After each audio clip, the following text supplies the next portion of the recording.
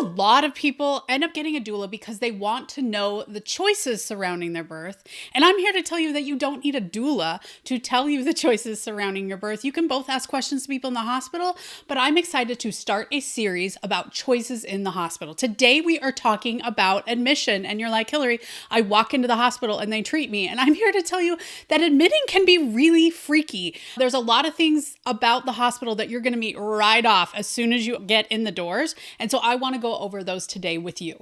And I got to say that the admitting clerks or the people who see you as soon as you get to the hospital, maybe especially a night shift, may have been some of the most interesting people that I met in my 20 years in labor and delivery. So I'm excited that you guys are here.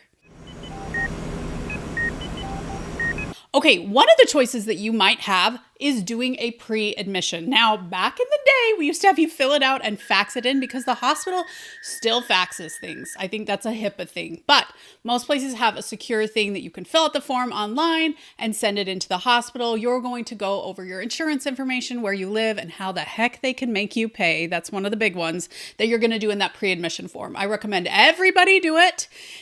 They're not going to charge you anything, but a lot of times they're going to call your insurance, make sure that everything is set up so that you're good to go.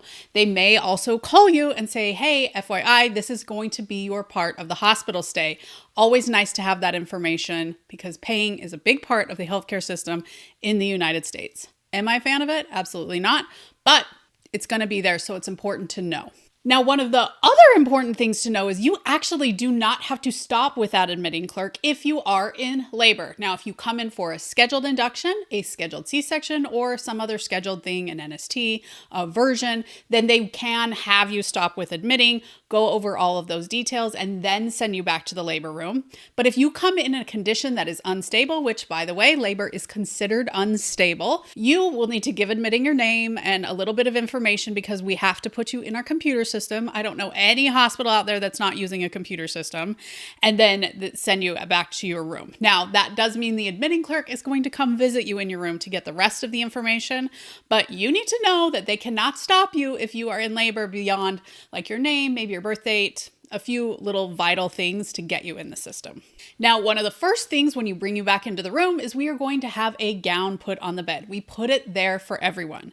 When you come to be admitted to the hospital, especially for labor, we do want undies off. Now, some places are also going to say bra off. Honestly, not sure why. If you have wire in your bra, it can be a problem if you go back for a C-section. But in admitting, if you want to keep your bra on, I think you can hold fast to that. I was a fan of sports bras or bras that didn't have any metal in it because we don't want to have any issues if you were to have an emergency section. But there are so many bras out there anymore that have no metal in it that you can easily wear during labor, and it's not a big deal. I actually have a whole post on what to wear during labor. I'm going to put it down below. Now, some of you may be wanting to bring your own hospital gown, and I'm here to say that's 100% fine, but I'm also here to say that I think labor is going to be messier than you are imagining right now. So whatever hospital gown you purchase, especially for labor, you need to be okay with the fact that you may end up just throwing it in the trash. Now, a lot of people are really big into the texture of their fabric or how things feel and those different kinds of things. And so if it makes you feel a lot more comfortable, I'm here to say, get it done. That's cool. Most of the hospital gowns that you can purchase online have access for the epidural and the monitors. They're really taking all of that into consideration. But if it was me and I was having a baby again, I would save that special hospital gown for about 3 to 4 hours after I had my baby, because at that point, you're not going to be bleeding as much. Things aren't going to be as messy, and you're going to love having your own thing, something that's a little bit softer, because I get it. The hospital gowns are scratchy and itchy. I gotta say, a lot of people throw the hospital gown off and go completely commando. A lot of people love a tank top that has a shelf bra. Whatever you can do, I recommend bringing a couple of different options in your labor bag to see kind of what you like. Labor can be really warm. Labor, right? Like working out. And so a lot of people think less clothes is better. If you want a whole video on what I recommend to wear during labor, tell me down in the comments. I just want you guys to know that there are choices, even though we stick the hospital gown on every single bed. That's because a lot of people come in like from the doctor's office. They're not prepared to come into labor and delivery with their own gown and things like that. So just ask your nurse if you could wear something different if that's important to you. By the way, if you're planning to bring your own gown or anything like that, tell us down in the comments. What are you bringing to make yourself more comfortable in the labor and delivery room? Okay, once we get you in a gown, you might have given us a urine sample. You're going to lay down on the bed. And a lot of people think that that's where they have to stay. Now, initially, we want to be sure to get the fetal monitors on you. And as someone who's put fetal monitors on a lot of people, it is way easier to get baby on the monitor, make sure everything's okay initially with you laying in the bed. You can lay on your side, you can lay on your back, however you want to lay, but it is easier to find the baby that way versus you standing up at the bedside. That doesn't mean we can't find it at that point, but in those times where we really want to make sure baby's A-okay, I recommend laying on the bed. Let us find it really quickly. And then if you want to change positions, because that it can be a choice, tell your nurse at that point. The good news is a lot of hospitals are using wireless monitors, which can be really different. And some of those can be easier to put on while you're standing up or sitting up in bed. So I have a whole video on those. I'm going to link it down below. But I want you to know that the position that you're in is up to you. You do need to know that sometimes certain positions we cannot get the baby on the monitor. So if you want to have the baby on the monitor, you might need to stay in specific positions in order to be able to do that. If you guys want a video on choices of different kinds of monitoring, tell me down below as well. Just as an FYI, we really want to get 20 minutes of the baby looking good before we, set you free and let you do whatever you want. That's called an NST or a non-stress test. Just helps us know that baby's doing well. We kind of can see your contractions at the same time that we're asking you all sorts of questions to see what's going on so that we can make the best choices moving forward. And while we're there are 5 million questions at that initial thing. So your provider, most likely, if they go to the hospital that you're delivering at, will send your prenatal record to the hospital. Now, there are some things that we can find in the prenatal record, and some of the things we still need to ask the question again because it may have changed from when you answered it on the prenatal record until today. And so we have to go through all those 5 million questions with you.